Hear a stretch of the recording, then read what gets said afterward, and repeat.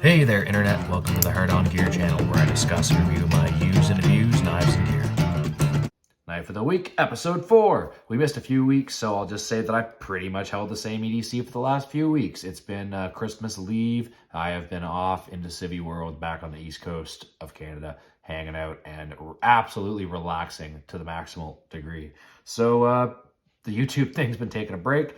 I hadn't really thought about knives other than my daily use of it. Hadn't changed my EDC around much. This is what we've had. Before that, if you will recall, I was playing around with the CEO from CRKT, tried to give that thing some use finally, kind of enjoyed it. Definitely not, and I'm gonna cut myself here, stupid ladder locks. Definitely not the kind of knife I'm usually into carrying. Small, not really hard use in any way, shape, or form, but it's kind of cool, and it's very easy to carry. If you're looking to carry a backup knife, maybe a good option. But the Blur, another knife that I don't carry a lot because it's only got the right-hand pocket clip. Tried carrying that for a few weeks. Just don't like having a folding knife in my offhand pocket, because that's where I keep a light or a pen or just all the other stuff, keys, just the stuff that you wouldn't want in your knife hand or your knife pocket. And typically my pockets are deep enough, my phone goes in that one too. So the pockets are pretty much set into what goes in where, and this thing just doesn't have a spot. Maybe one day I'll figure out what to do with this thing, but I only ever bought it as a channel supplement, so never really intended to get a whole lot of pocket time with the Blur itself. So Blur, yeah, back off to the pile for now. The Super Freak, as discussed in my last video, the stupid thumb studs went missing. So I had this thing in my pocket for a couple days because I kind of wanted to start rocking this again for a while. And the thumb studs, womp womp. I can still operate it and still use it fine without the thumb studs. Thank you, Smooth Axis Lock.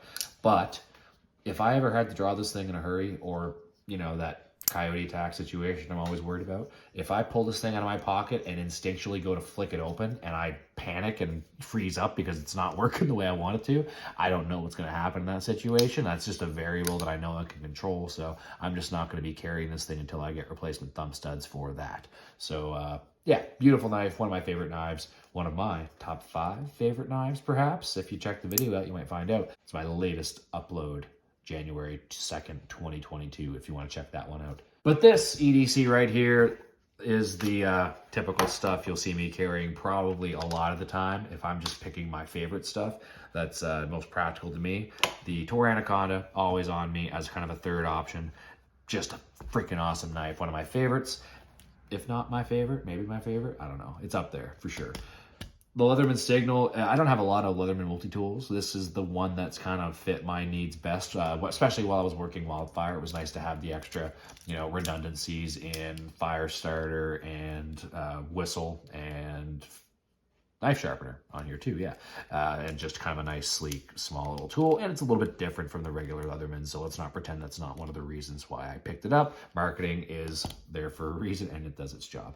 The Essie Azula 2, don't need to say anything about it. If you ever watch the Hard On Gear channel, you know. If you haven't, this is your first hog video, maybe just go Hard On Gear channel, Essie Azula 2, and have some fun for a while going down that rabbit hole. But the newest edition here, something you haven't seen a lot of.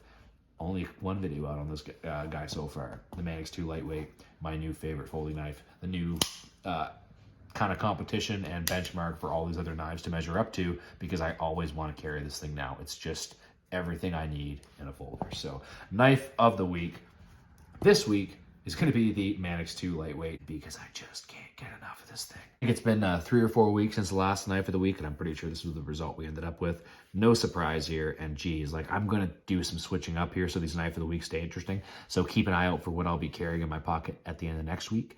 But for now, I'm going to enjoy every minute of this perfection and a folding knife. So thank you, Hard On Gear channel viewers, and we'll see you on the next knife of the week video next Friday, Saturday, something like that. And I'll be back on base, so we'll see what life is like over there.